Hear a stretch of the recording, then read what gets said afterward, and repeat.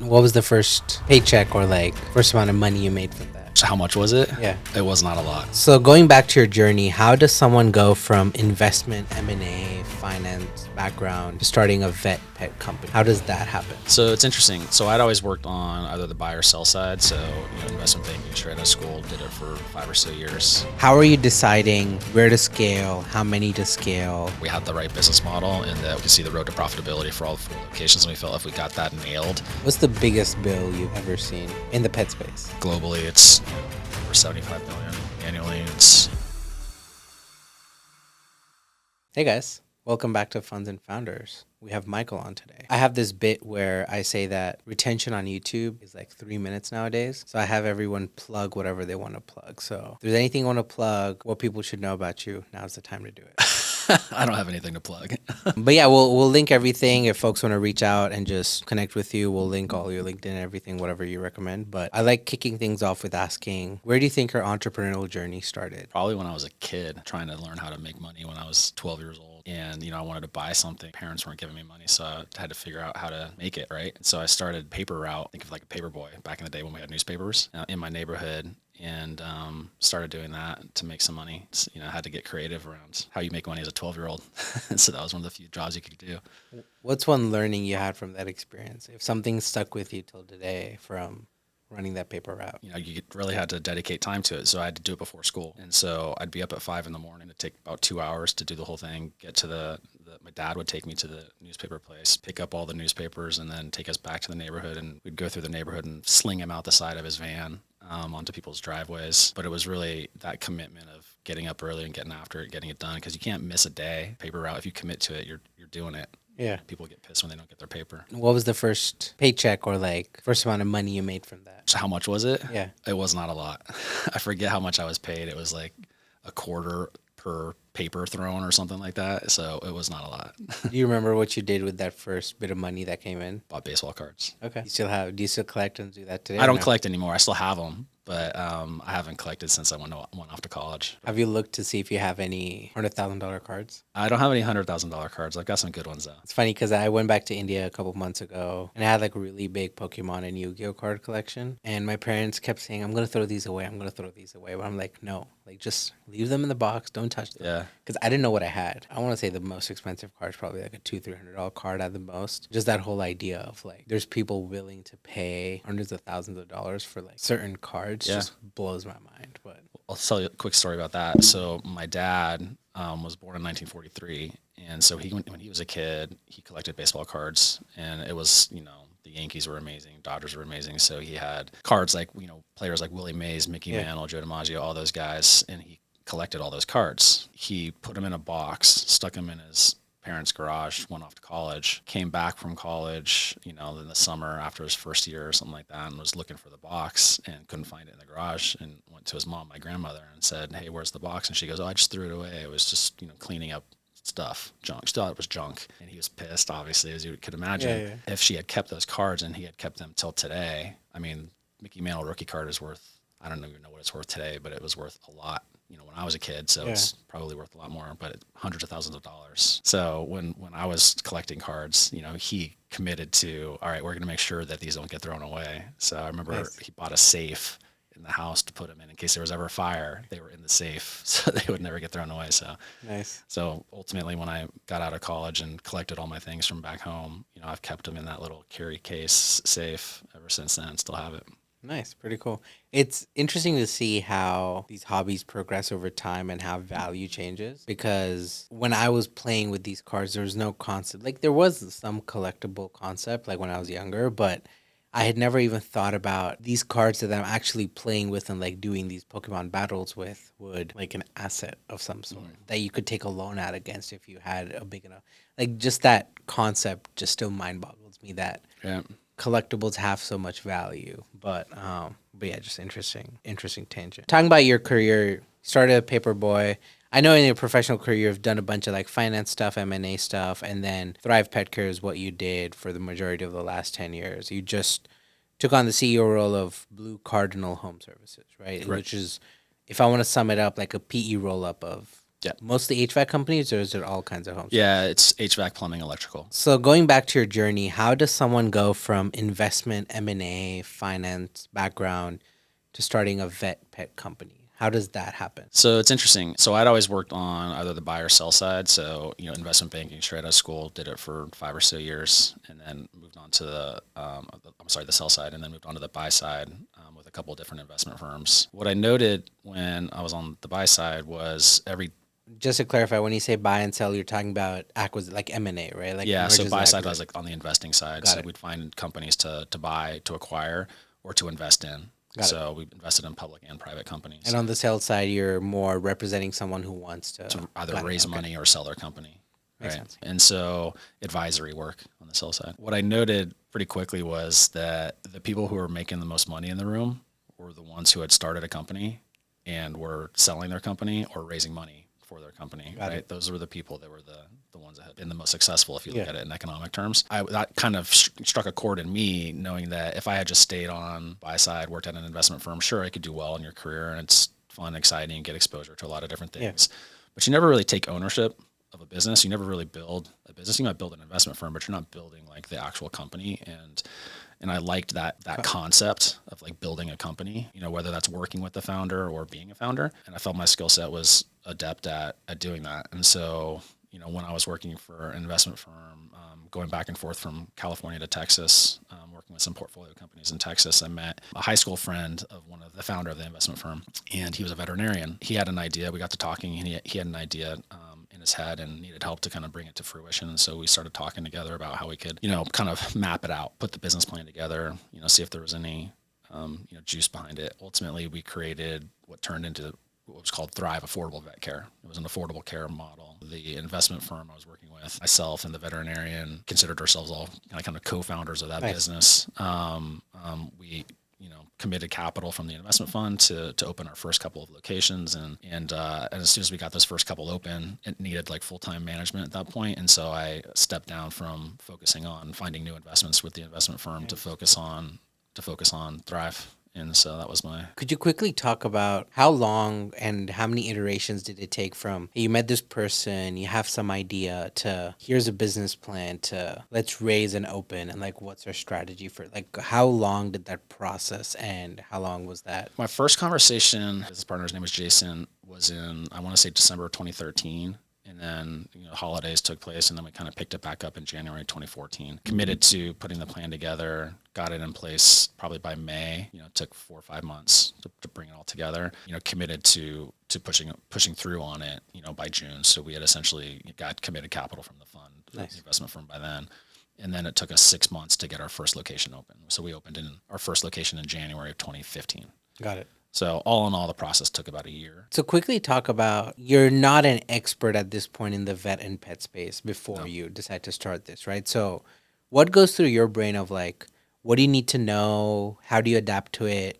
Did you have the mentality of just, I'm going to wing it and like learn on the go? Or was there a more methodical approach to, I see an opportunity. How do I best prepare myself for this opportunity? Yeah, it was interesting. So I had there was an investment that was made through the investment firm that I was focused on. I was doing a lot of business development work that was in the sort of restaurant, retail, food service industry, food production and service industry. And so there were a lot of parallels actually between that business and veterinary. Interesting. It's just the inputs were different. And so when you think about it, like your biggest cost was people and food, right? Whereas in a veterinary hospital, your biggest cost is people and medications. Essentially, you're selling. So what you're selling, Right. and so when you look at the P&L, very, very, very, very similar. Just the names are different, right? So having good familiarity with what drove that restaurant, retail, food business, I could take those learnings and apply them to vet, and there was a lot of tangential things that just made sense. Makes sense. Why affordable healthcare? Like, what was the opportunity? What was that conversation like with the vet where it was like, hey, we need to do something here? Like, my understanding is, and the way I'm trying to frame this is for anyone listening who's thinking about potential opportunities, who's thinking about potential ideas. What's important? Is the mission important? Is the potential P&L important? Is the like, How did you evaluate and understand the potential opportunity to evaluate that it did become a viable business, Yep. and then that's what you could execute on? So Jason, again, the veterinarian, had noted that there was a study done in, I think, 2013, something like that. It was a Bayer study that basically showed that about half of pet owners were not taking their animal to the veterinarian on an annual basis. Got it. And the number one reason why they weren't taking them was because they were essentially priced out of the market. It was too expensive. And so at the time, there was a thing, like shelter medicine, where if you were, low income or, didn't have the ability or willingness to pay, you could take your pet and get, cheap vaccines at like a shelter, or there were these kind of minute clinic type concepts. But they were few and far between. And so Jason had started working on doing like a shot clinic, like on weekends at a pet food supply store. Okay. And noted that people were driving like 30, 40 miles to come in and get cheap vaccines. Then he started thinking, all right, well, how can we bring people back into healthcare that have been priced out if we can do this, in a brick and mortar, and, bring people to us, on a more consistent basis versus just doing a shot clinic in a parking lot, once a week or once a month. Makes sense. And so we started working through, okay, well, what other competitors are out there? Who else is doing this? And there were very few. When you say doing this, you mean affordable health? Affordable care, right? Very few people were doing it, and none of them were doing it in Austin, where we started. There were some places in like Tennessee that we found that had, Value Vet, I think was the name of it, that had 8 or so locations when we got going. And, we just built the model, and we said, all right, well, if we're going to charge X, how many patients or pets do we need to see on a given day? Once you add up what an average ticket looks like for the various services or medications that they might need over and over and over again. So if our average ticket's going to be less than what a typical veterinarian is, then our locations, our clinics need to be more efficient. We need to see more pets on a daily basis, right? And so how can we design the store to reduce the number of footsteps you need? Right, just thinking of it like in quick serve restaurants, they design everything to make sure that their people can be as efficient as possible, so that you're in and out. And so, if a typical veterinarian sees 12, let's say 10 to 13 patients a day, we needed our veterinarians to see 20 to 25. And so, how could we do that? That was to justify the business model and still make some percentage on top, and be able to drive towards EBITDA margins, essentially profitability margins that were going to be attractive to would-be investors. Yeah. And so just quickly breaking down that like rough calculation, you have the opportunity, you're looking at this from a purely per numbers perspective of how do you make this work? How are you estimating sort of this, I don't know what you call, I don't want to call it a P&L, but cash flow. I don't know like what you would call this Excel sheet that you're working on. I know there's a term for it. I'm just blanking on like what you call this business model. But how are you estimating costs? How are you understanding I need X amount of square feet? I need XYZ build out cost. Here's the machines I need. Here's my cost. Like, are you going that detailed, or are you roughly like estimating, or how are you going about that? No, we were very detailed. So it was, labor efficiency. So, how many technicians or paraprofessional staff do you need per doctor to make them the most efficient? How many exam rooms do you need per doctor if they're bouncing between exam rooms? Got it. So then that gave us, ideas around how much square footage we needed.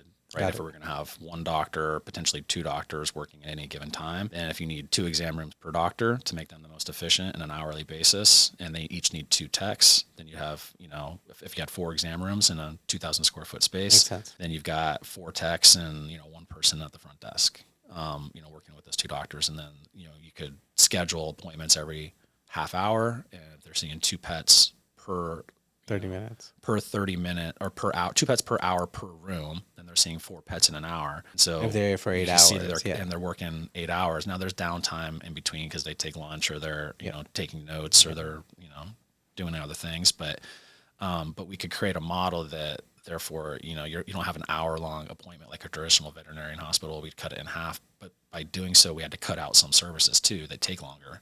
So we weren't trying to be everything to everyone. We're like, this is where you go when you want preventative care, when you need a checkup, when you need your vaccines, your medications, things of that nature. Get in and out fast. You can walk in off the street. You can set an appointment. Just make it hyper efficient and very transparent. How many of these models or iterations did you go through? Right, so like you're mentioning square footage, number of people, number of techs, number of rooms.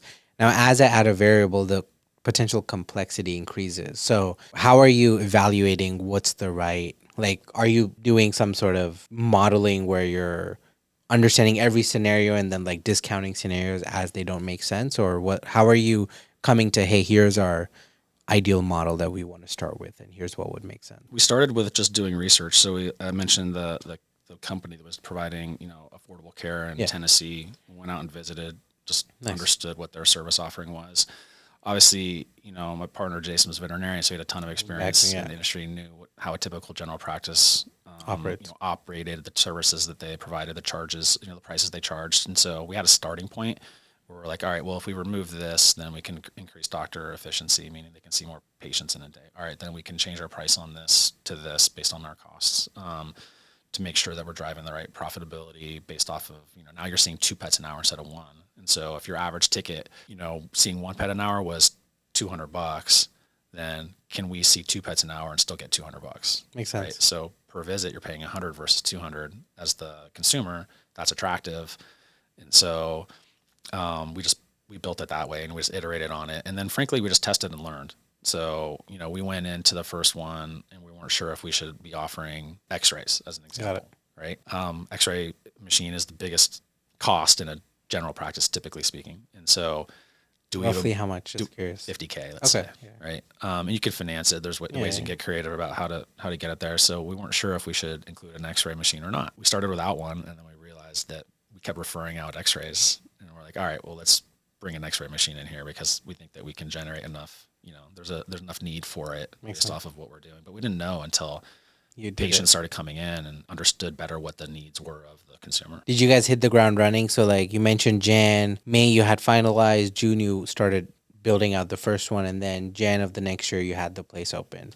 So you started with one. What worked, what didn't work? I'm assuming some assumptions were wrong, some were right, but once the place is open. We didn't know, to be honest, the very first week, I think we had 10 patients come through, which is not a lot. And for the whole week? For the whole week, yeah. And we had, I think, 1 in the first 2 days. Okay. And so, our staff sitting in there twiddling their thumbs, playing around on social media, not doing anything. And we're like, oh no, did we make a mistake? Did we screw this up? What are we doing wrong? Just kept after it. We didn't have huge marketing budget, so we were doing SEO, guerrilla marketing. SEM, guerrilla marketing was, grassroots marketing. And slowly but surely, like after week 1, we were panicking. We're like, oh no, like no one's coming. What's happening? And then week 2, we saw, 20 patients, right? And then week 3, we saw 30 patients. And then it just kept building on itself so that we reached profitability by month 4 or 5. Okay.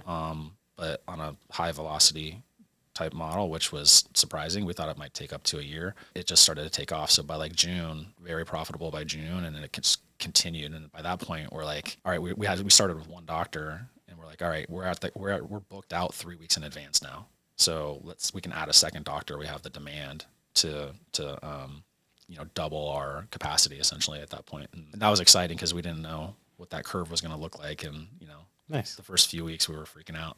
When you're trying to build out like an affordable care company, how do you juggle the balance of like, hey, I could maybe charge a couple extra bucks and like our margins become 15% or 20%, whatever numbers. How do you balance that dichotomy of what is truly affordable versus do I lock my profit margins like EBITDA at 10%, right? Like if make everything else efficient, are you bringing the price down further? Are you like focused on maintaining certain percentage of EBITDA? Like how are you juggling that back and forth? Because my assumption is as you build and grow this, you're understanding more about the business, the ops, the efficiency, and you're probably doing stuff that just makes the flow more efficient, right? So more efficiency probably means lower cost per visit.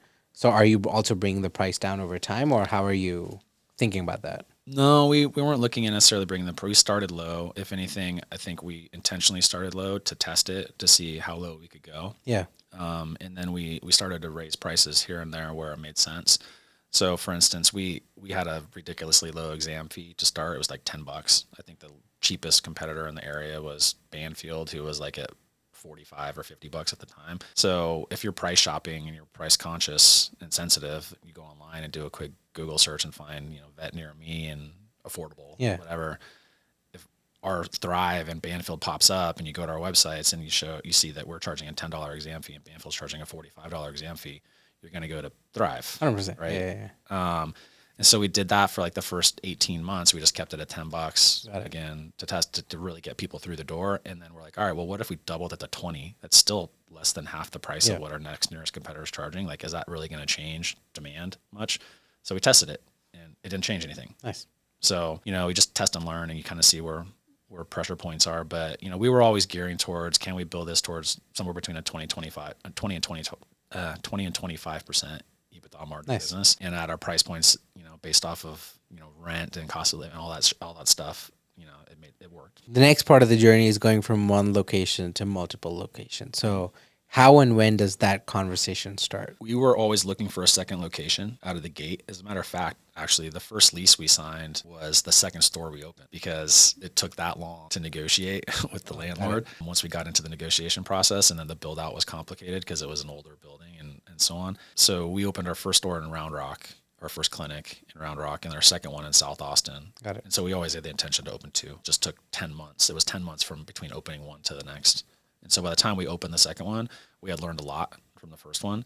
And so we were expecting, all right, we know this might be a 6-month ramp up or, whatever, till we reach profitability.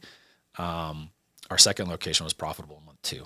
Oh, nice. And it was just, And profitability is just an equation of getting people in the door, right? So yeah, you just need to share. Got it. Yeah. You need pet visits. Yeah. Exactly. What is the split of the revenue from visits to like medication to like ancillary services of like extra or whatever? Like how was that split up and break up? Yeah. I mean, exam fees was probably 10% of the overall revenue. Because we were charging low numbers. We were giving our average ticket around $100, and so $10 exam fee. And then medications, vaccines were the biggest component of what we were selling. Is probably 40-ish%. Actually, not the biggest, but 40-ish%. And the rest of it was other services, diagnostics, X-rays, things like that. That was not necessarily a product we were selling; it was more of a service. Makes sense. What's the biggest bill you've ever seen in the pet space? Well, so if we fast forward, from those early years doing affordable care, Jason and I expanded what we were doing and started acquiring hospitals as well. Yeah. And so we acquired some large multi-specialty emergency hospitals throughout the country, and some of the bills that you can rack up at those facilities are pretty profound. So if you have a number. So, for instance, if your pet had cancer and you wanted to go the radiation oncology route, you can end up paying $15,000 for treatment. Okay. Really advanced surgeries or repeat surgeries could be pretty expensive as well. So, I mean, if you think of it in the pet space, in the animal space these days, you can do anything with pets that you could do with humans. Yeah. And so it's just a matter of. Do you want to? Are you willing to spend that? Yeah. Yeah. It's funny. I had a previous boss who said he spent 12, maybe 13 grand on a liver surgery for his dog. The dog ended up dying 5 months later, 6 months later. Yeah.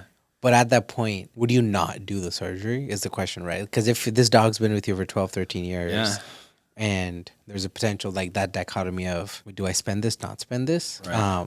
But yeah, it was just. There's been a shift in that sentiment over the years, right? I mean, pets used to live outside. When I was a kid, our dog lived outside our doghouse. Yeah. And now they're certainly inside and oftentimes sleeping in bed with you. Yeah. And so it's part of the family now. 100%. Yeah.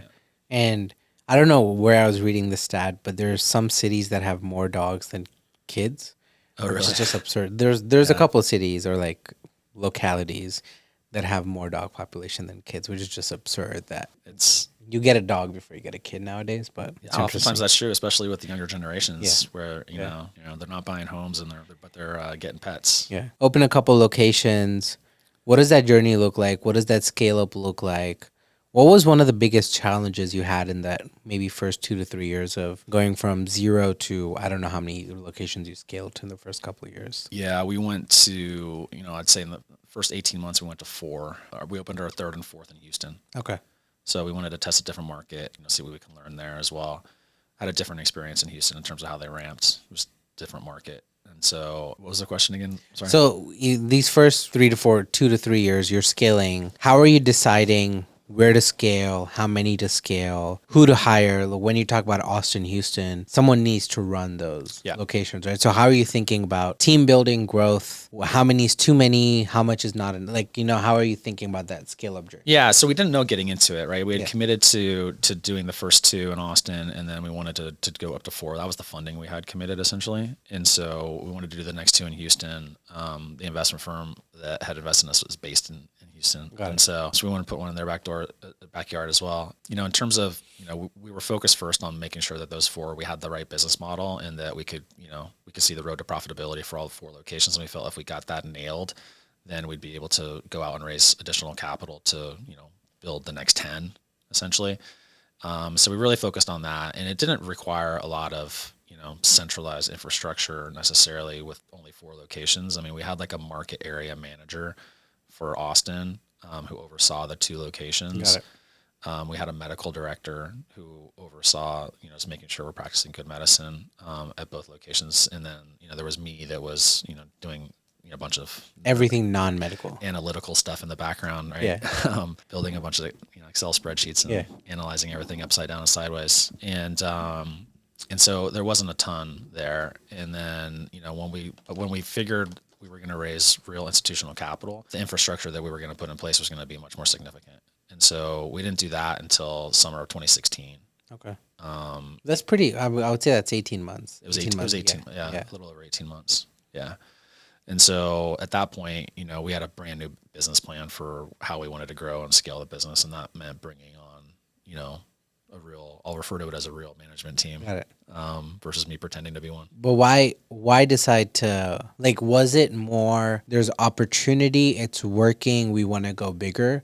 Yeah. Why not grow slowly, reinvest what you're making versus raise and go faster? Like, what was that tipping point? It was, we thought we had a model that worked. There was an opportunity in the marketplace given the lack of affordable care locations. Anytime you raise institutional capital, they want to move fast, right? And we did too. It was fun, exciting. We thought we had, a really good opportunity in the marketplace and didn't want to, lose it to other entrants. And so, we decided to go for it and move a little bit faster than we had originally planned. How big is the pet care industry, roughly, like numbers wise? It's well over $30 billion of annual revenue a year. Okay. Just in the U.S. Globally, it's over $75 billion annually, and it's growing every year. Yeah. So, and this is just like hospital care for pets. that's like, or does it taking include your like pet to the grooming and vet. stuff? And No, that's just vet. medical services. Got it. Okay. Yeah. With affordable care, what percentage of that falls under like your potential, or does the whole 30 billion? So we looked at the market in a couple of different ways, Yeah. right? So we figured the existing market, let's just say it was 30 billion at the time. There were people that were in that market that were,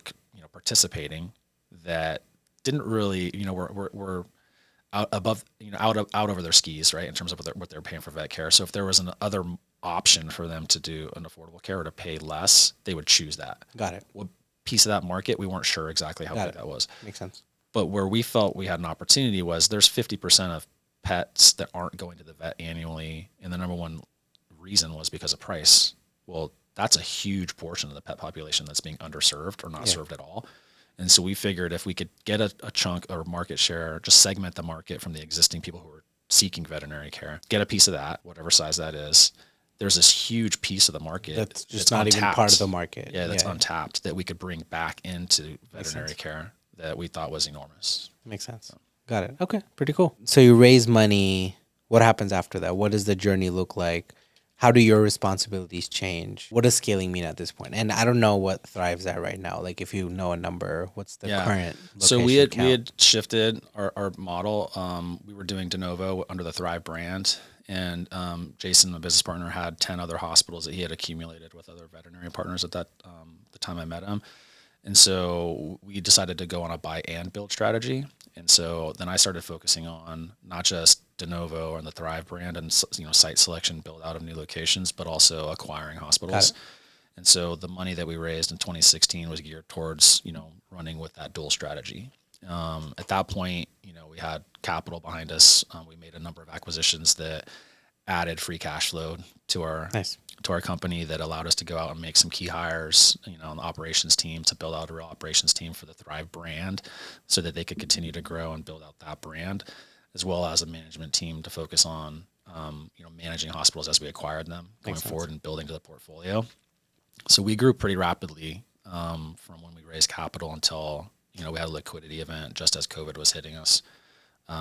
We grew it to over, I'll call it from like 19 locations by the time that we raised outside capital to well over 250, almost 300 by the time we had our first liquidity event. And then And then I was, So at this point, you guys like is the core team like doing secondaries and stuff when you say liquidity, or what do you mean so when you like secondaries? when you say liquidity event, is it more people who are part of the company are able to divest some of their Yeah, shares, we or basically, so our first private equity sponsor, was with us for 3.5 years, yeah, let's say, and we grew it to about $1 billion in revenue from about 20 when I met Jason.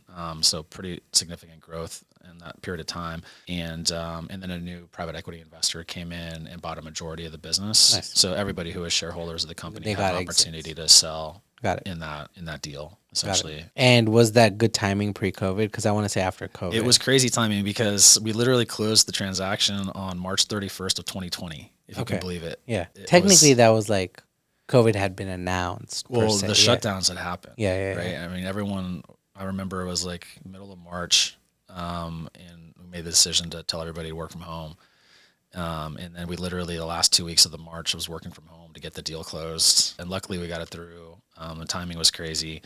And then, you weren't really sure what was going to happen with COVID. It was a highly uncertain Yeah. time, after things started opening up and we were deemed an essential business and people were going back to work. We saw, the COVID boom of people Getting running pets. to the shelters and getting a pet because they're Yeah. staying Yeah. at Yeah. home, and or because they're at home, they see their pet, scratching themselves throughout the day, and they're like, I'll take them to the vet. And so we saw transactions and organic growth really take off Nice. during that time. So, I think it was an exciting time because we hadn't experienced growth like that, and it was crazy. So valuations went nuts in the market, and so you could look at it one of two ways. It's like, did we sell too early? Or recap too early, or should we have held on a little bit longer? And Yeah. then we didn't know what was going to come. At this point, did you like Yeah. fully divest out from an equity point of view, No. or were you still vested in the? No, Yeah. I rolled over a significant amount Nice. of the equity I held, as did the rest of the management team and other doctor shareholders who were part of the crew. And then, how big is Thrive right now? I have no So idea. it's probably just shy of 400 locations now. Okay. And at the time, just kind of going back to Thrive. So Thrive was the brand that we had created for the affordable care model. The other side of the business that Jason had accumulated, those 10 hospitals I mentioned, it was called Pathway. Okay. And so ultimately, when we brought those two brands together, 100%, when we did the recap in March of 2020, we then, shortly thereafter renamed the entire company the Thrive Pet Healthcare. Okay. And so, What challenges, like what were one or two challenges you faced in this 20 to 1 billion journey of going from 4 locations to 250-ish at that time? What are like one or two things that popped out as just really big challenges that took you guys a while to figure out, or just something that came out of the blue? great question. There are a number of challenges, right? Anytime you're growing, from very small to very big, very fast, we always called it, we were building the ship, the plane as we were flying it. Yeah. And so, like, what ERP system do you want to choose? What, clinic, practice management software do you want to use? Anytime we acquired a practice, they were on Tech debt. a system, right? That didn't necessarily align with the rest of the acquisitions we had made. And so what was our, software strategy going to be? And it evolved over time. Yeah. And it still is. Did you guys end up building your own tech from scratch, or? We ended up acquiring one. Okay. And bringing that in house, and then continuing to develop it so that we had our own proprietary software for our entire network. So at this point, you're figuring out some of the ops pieces are more rolled up. Your software stack is getting figured out. Yeah. So when you're acquiring places, how long does it take to go from, hey, we're going to buy this hospital, to close the deal, to let's get you operating at how Thrive operates a location? What does that step look like? Once you have like a signed letter of intent, we always targeted 90 days to close it. Okay. And then we had a full integration plan. Part of the integration takes place, 30 days before we close, on the people side of things, and then, call it 90 days post-close. And during that integration window, we try not to be overly disruptive, but certain things just change immediately. And then we set a time for when we're going to switch over their software onto, the Thrive software. Got it. And usually that takes place sometime between month, 3 and 6. The reason I ask is there's a lot of interesting challenges of like these hospitals have a certain set of suppliers, they have a certain set of contracts with whatever they're procuring, they have a certain kind of machine. I know that not all machines talk to all kinds of software. Like there's some interesting relationship there as well. You have suppliers for set medicines, maybe you have orders coming in.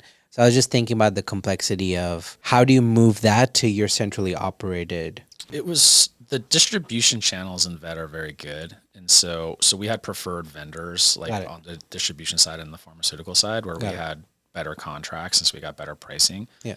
But distributors are all selling the same thing. Got So it. if you're buying it from distributor A or B and we have a better contract with A, it's just the boxes that then show up at your hospital are coming from differently Yeah. labeled company, right? But it's the same thing that's showing up on your doorstep. The pharmaceutical side was a little trickier. And so, we never forced doctors to use the pharmaceutical brands that we had better contracts with. We encouraged them to because obviously we got better pricing. Yeah. But like by and large, vaccines are vaccines, whether they're made from 100%. Yeah. There's always a generic component to like whatever brand. Yeah. Yeah. Yeah. And then there are some, people who are first to market with a particular, new drug to hit the market and they'll gain market share for a period of time until the others catch up and then introduce their own product. So sometimes you're shifting between, manufacturers based off of the efficacy of whatever they're, delivering to the market. But by and large, it wasn't that hard to get people to buy into what we were trying to do. Nice. So in tech, I'm aware of a couple kinds of acquisitions, right? One is I'm buying your software from you. One is I'm buying your team from you. And one is I just want your brand value. I don't care about your team or your software. I'm just going to roll the property into whatever I'm doing or white label something I'm doing. When you're doing this with hospitals, is it a little bit of mix of everything of like you're doing the location plus the brand value plus the team? Are you always putting your own team in? Is every deal different, or like how did you think about these acquisitions? Yeah, I mean, usually we're buying, so the brand, we don't change the brand typically. So like if you're buying XYZ mom and pop, it stays XYZ mom Yeah, and pop. it has some value in the local community, right? 100%, And so we don't necessarily just going to rip the name off the wall and stick something else on there because no one might know who that is, right? And so there's some brand equity. The teams are, the doctors are the most important because they're the revenue producers, obviously, and so we always want to get them to stay. And so we have doctor employment agreements you get in place, and then the rest of the team that's there operating the hospital, we generally want them to stay. Got it. Right, and then once we get in there and get to know them and learn how they operate, we bring tools to the table, process improvements, things that where we can add value, training, things of that nature that they may not have had before that can help them expand and grow in their careers or whatnot. I mean, we don't want the team to walk out the door day one because they're the ones that are generating the revenue. 100%. So. Yeah. How big is Thrive now? You said 400 locations compared to like I know Banfield's one of the bigger ones. I forget the name of the other chain. There's one other chain that's comparative to Banfield in terms of size. VCA maybe. Yeah, VCA. Yeah. So where does Thrive fall in this spectrum of just big hospital brands? There's been a lot of consolidation over the last 10 years. Yeah. And so the biggest is the Mars family. Yeah. Make Snickers and all that. So they own Banfield. They bought VCA a number of years ago. I've not heard good things about either of these brands, but and no comment. And they bought Blue Pearl, which is specialty emergency medicine. So they've got they own a number of hospitals. So if you just look at it from that perspective, Mars owns the biggest swath of the market. Yeah. The next biggest is a company called NVA. Okay. Yeah. So they're owned by JEB, which is a German investment fund. They're the second largest. They're privately held. Got it. And then now I think the third largest, Mission Vet Partners and Southern Vet Partners merged. They were both backed by Shore Capital. Okay. They merged late last year. And so they're now the third largest. I think they've got 700 or so locations. And then you've got a couple of others that are slightly bigger than Thrive. I think Pet Vet and VetCore probably have more locations. Yeah. And then Thrive. So Thrive's probably number 5 on the list in terms of size. Pretty cool. When I was at a vet startup for a year, and when I found out that Mars owns a really big chunk of the pet industry, both from like food brands and hospitals and everything, I was just mind blown. Also, I think Mars is still privately held, which is also just mind-boggling. I didn't understand why a chocolate company would want to get into pet stuff. I think they started with like food brands and just ended up expanding and becoming bigger. Where I live in Fort Smith, Arkansas, there's a really big Mars pet factory of some sort. I don't know what they do there, but it's like literally probably 2 blocks down from my house. Canaan, might be their pet food. Could be, yeah. Facility. It was really big production facility. Yeah. Every time I drive by it, one day I want to just go and like knock on the door and see what they're doing inside, but just big revelation that no one would assume Mars. Every time I've told this fact to someone, they're like, why does Mars own so much of the pet space? But it's a good industry to be in. I mean, people love their pets. They continue to spend on them. I'm very bullish on the pet industry. Also just based on the fact that people don't want kids. Dogs are becoming part of your family. You're spending more on your dogs. The likelihood that you're going to do like random absurd shit for your pets is very high. Of like, if there's supplements and there's all these other like random things that are consumables for pets, Like that space is growing. Right. But I was talking to a vet on Wednesday, and he mentioned that there's been a little bit of a lull in the market for the last year and a half, where appointments are comparatively lower than like, the Yeah. COVID boom you're talking about. They're spending less, or they're not doing like random things that are like good to do, but not like must do for your pets. Right. So I don't know why. Maybe it's just like lack of cash flow that people just don't want to spend as much on their Yeah. pets.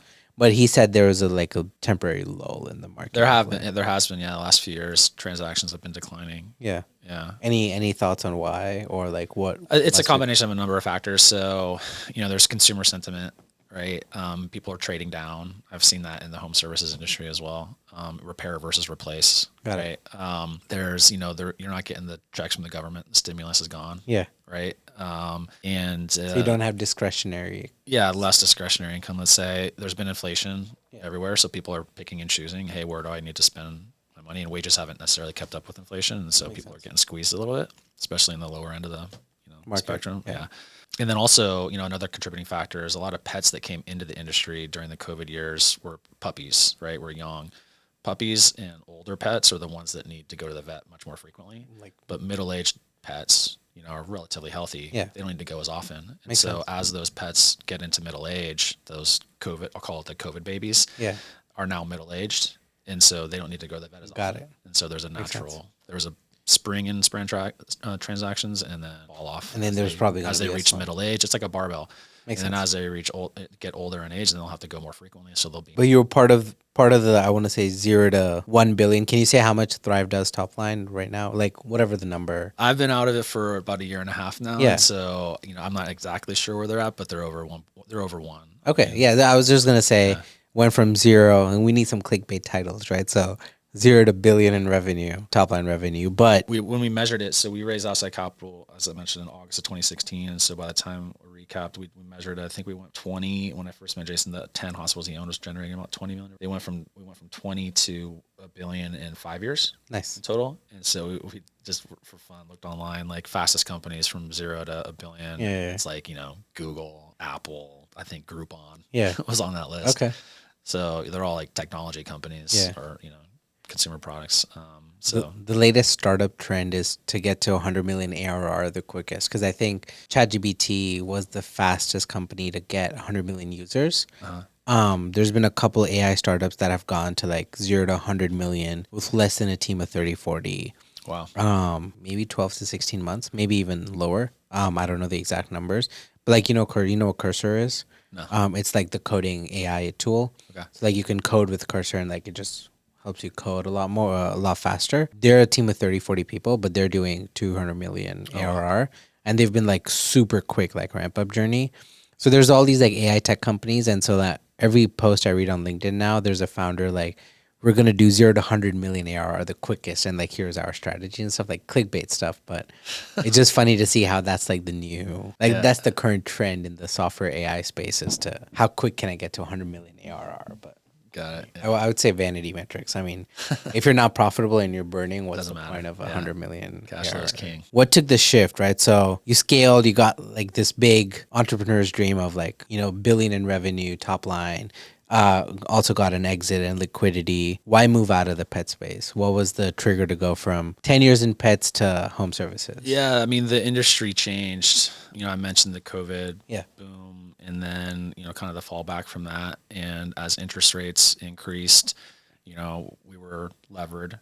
And so, our interest expense increased pretty significantly. It just put a damper on free cash flow. And so when we sat and really looked at the business and the industry, and multiples on add-on acquisitions had gone up significantly from what we had been acquiring at pre-COVID. Yeah. And so the cost of acquiring new locations and or even building new locations was increasing significantly. Our cash flow had been hampered by rising interest rates. Basically, my belief was we should just stop M&A and slow down on CapEx spend so that we can conserve capital, ride out the choppy waters, and live to grow another day, so to speak. And so that's the decision that was made, and I left to go find something Nice. new to do. And Yeah. Is it tough to walk away from something you've been building for almost 10 years at this point? yeah, of course, it was like something I can look back on and say like I was a part of growing something pretty amazing, and it Yeah. was like people there that worked there and I worked with for that period of time were like family to me. Like I Yeah. spent a lot of time with them. It's the longest time I'd ever stayed at one company. Yeah. And so, it was a really fun journey. And so, walking away from something like that is, you can't do it without a tear in your eye. But a lot of gratitude. If you had to pick one learning from that 10 years, what's one thing that sticks with you today or that you apply or have kept from there and still apply today? Honestly, it's being relentless. Like anytime you're doing a startup, right? Doesn't matter what industry you're in, the odds are stacked against you. Yeah. Right out of the gate. It's really doing your homework and having obviously a good game plan, no matter what you're doing. Yeah. But really seeing it through. And people are going to say no, say yes. 100%. And so it's not giving in or giving up when you're deflated because you've had somebody tell you no 10 times in a row, because eventually someone's going to say yes and you're going to sell your product. Yeah. Right? You're going to sell your service. You're going to raise the capital. And once you do and you kind of get that tailwind behind you, that first domino falls, then things start to take off and it gets really, really exciting. So it's like, don't give up. When we opened our first clinic, that first week, I was like, oh shit, I think we screwed up. Yeah. But we just kept after it. Kept going through the process, right? Daily routines, daily success routines to build great habits to, ultimately be prepared, to strike while the iron's hot. And when it happens, it's pretty exciting. How much like when you say relentless, one thing I'm thinking about is how much does speed matter versus how much does naivety matter? Or like, what are some traits that helped you along the journey? Because I've heard a mix of both, right? So like and again, I'm talking more about startup and tech, maybe there's a little difference with like building physical locations. Everyone says you need a little bit of naivety to like go through and pursue and keep pursuing this absurd idea, right? And so like naivety is one thing, but then there's also this factor of like speed of do it fast, fail fast, learn fast, get up, keep moving, right? Like don't let something bog you down too much. So how do you juggle and think about those two traits and anything that pops out that helped you along the journey of like you being one of these two? We were slow to get the concept put together. Like we're very thoughtful and methodical, the research we did to go into it, right? So that by the time we opened, we're like, okay, we have this thesis, but we really don't know until we test it. Yeah. But once we test it, we're like, all right, we're going to test and learn fast, and we're going to adjust and adapt however we need to fast. Whether that was our pricing, the services we were offering, and there was adaptation there over time. Marketing tactics, things like that. But we were very thoughtful going into it, and again, obviously, business partner being veterinarian had a lot of industry insight that helped a lot in terms of getting that first concept buttoned up as best we could. But then it's just test and learn, fail fast. Not everything we tried worked, but a lot did. So the reason I bring that up is I feel like sometimes first time founders pursue an idea and are just so hell bent on this is the idea that needs to work, missing out signals that maybe there's a slight pivot that's going to do a lot better. Because you're so hell-bent on, and you're so tied to the idea of what you started out with building. Right. But to your point, you need to constantly be willing to take in more information, understand that maybe an assumption I had is wrong. How do I pivot? How do I learn? How do I build a new assumption from whatever I just learned and was informed? Maybe this is not the right path, right? I feel like that's one thing that I've talked to some first-time founders who are just so rigid with their thinking that they lose out on a potential opportunity that could be that billion-dollar business, that could be that adjacent idea. But that's one thing that... Yeah, I mean, that was true of us too. I mean, we went out thinking we're going to go build our way to $1 billion in revenue, right? But we ended up ended up being a much smaller piece of the overall pie because we ended up buying a lot. Yeah. So acquisition was what really drove us to get there as fast as we did. But the building part of it was still a piece of it. I know you're still only a year and a half into the home services industry and space. What's one thing that you've learned about this industry that just blows your mind about the home services space? That blows my mind. Yeah. How much replacing your HVAC costs. Like I actually had no idea before, I started looking into the industry, but, I'd been a homeowner. Thankfully, I bought a house that was new and never had to replace the HVAC, but it's expensive. Yeah. And so, it's just as expensive as that radiation oncology treatment for your pet. People spend a lot of money on home repairs and, it's essential, right? If your AC breaks in the middle of summer, it's 100 degrees outside, you're going to call someone to come fix it and or replace it if it's an old system. So I saw a random YouTube video, like one of the Bloomberg like channels did like a stint where they called 5 different HVAC companies to like repair and maintain their HVAC, and they had a hidden camera up there, and all 5 did something different. Some person just slept up there, someone did whatever, and they got 5 different prices. One person said, "Hey, there's nothing wrong, you're good, yeah, no charge." One person was like, "It's gonna cost $4,000." One was like $300. It was just all over the space, that's and they wild. all did a different amount of stuff. Different, like some didn't even open to check what's wrong, right? Yeah, And so it was just an interesting like revelation of there's such a variety of the quality of oh, service. for sure. And for someone who just doesn't know anything at home, like you don't even know what an HVAC is, you don't know what kind of HVAC is. I still don't think I know whether my HVAC is powered by gas or not. Like I know there's 2 kinds. I want to say gas because like when we had it on in the cold, I got a really high gas bill. So I'm assuming my HVAC is gas powered. But even that, like I have no idea. Mm-hmm. And like if I need something, you could just come and tell me whatever. I'm either bound to like believe you or go figure it out on my own. Right. And that was one thing with just like after buying the house where I was like, oh, I need to be at least somewhat aware so I don't get ripped off on Right. whatever is being done. But that was one thing that was just like all over the space with the home services. It's true of any Yeah, consumer facing 100%. business, right? Yeah, There are those who always do the right thing Yeah. and are altruistic and aren't necessarily trying to sell you something, or they're Yeah. trying to provide the best service possible. And then there are those that are trying to sell you something, Yeah. right? And so, I'm sure that's an interesting. I want to track that down actually. Yeah. I'll find it and I'll send it. Yeah. That thing and listen to it. That's pretty interesting. I mean, we have like standards in place, and so there's a checklist. Right? Yeah. Every time you go to do an inspection, you share it with the house owner. You say, "Here's what we're going to look at," and you run through the checklist, and you do every single thing, right? Just to do a full diagnostic. We're not there to try to sell you something you don't need, or they shouldn't be anyway. How many locations are you guys at now? 12 locations, 7 different brands. We're in 4 states, primarily in Texas, but also in Alabama, Missouri, Kansas City, Missouri, and Eastern Arizona. Nice. And do you get an operator for each business you acquire, or are you rolling up and having central operations? Yeah, so we've centralized a lot of, we call it shared services, Yeah. so back office administrative stuff. Nice. And then every brand or every location has a general manager that operates the day-to-day. Got it. They've got their local teams. And do you have a pool of money that's already raised that you're acquiring from, or do you go and get follow-on investment for each new acquisition that you want to do? So, I mean, we're private equity backed. And so you have we have a source of capital. Nice. And then as we grow in the future and acquire new locations, we're going to borrow money. So we'll have a debt facility in place. So allow Nice. us to tap into to help us tack on additional acquisitions. Yeah. What's a good multiple on a home services business? A good one for the seller or for the buyer? Both. Just like what, range- what are you aiming for range versus what is the market? Yeah, range is probably 6 to 10 is a good range. 6 to 10 EBITDA, 6 to 10 profit. 6 to 10 times EBITDA. EBITDA. Okay. Yeah, and there might be some bigger ones that some of the larger consolidators might pay 11 times for, or maybe even up to 12, but those are few and far between these days. But 6 to 10 is kind of the range. What's exciting you about AI, this space, and maybe if there's AI and pet or vet, like any intersection here between these two spaces you've been part of and the change happening with all this AI stuff? Yeah, so obviously with AI, when it comes to healthcare, is we have thousands and hundreds of thousands of files on pets. Yeah. And what symptoms they presented, how they were treated, and what the result was. Yeah.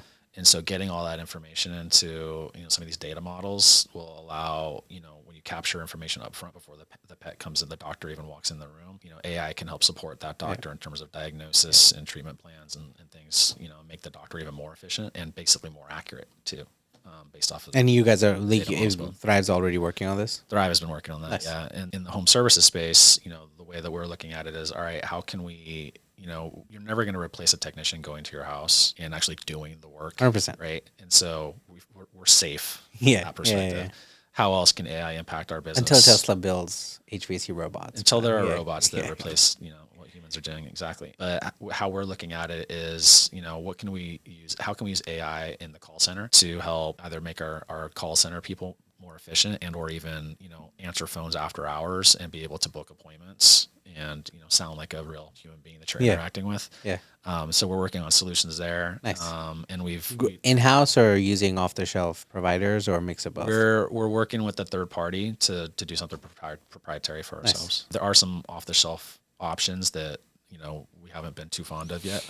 And so we wanted to try to do our own thing, little Skunk Works project. And then in addition to that, we have utilized a company that has an AI tool that basically monitors our technicians speaking with the homeowners, like in the field. Nice. And they basically grade, you know, how the interaction went. Nice. You know, and so, hey, if you had said this differently, you might have got a different result.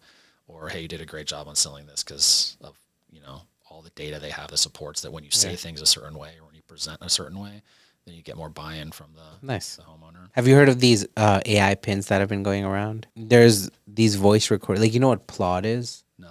So Plot is like something that came out. You put it on it's MagSafe, attaches to your phone, but you can just press a button and records all conversations. Mm-hmm. Similarly, there's a couple pin companies, really low energy, just voice recorders, where you could just, I know a couple people who just have them on all the time. So it's basically recording any voice all the time. And at the end of the day, transcribes everything, gives you action items and stuff. So I'm just thinking there's probably like something there where you can just have everyone have a device. Mm-hmm.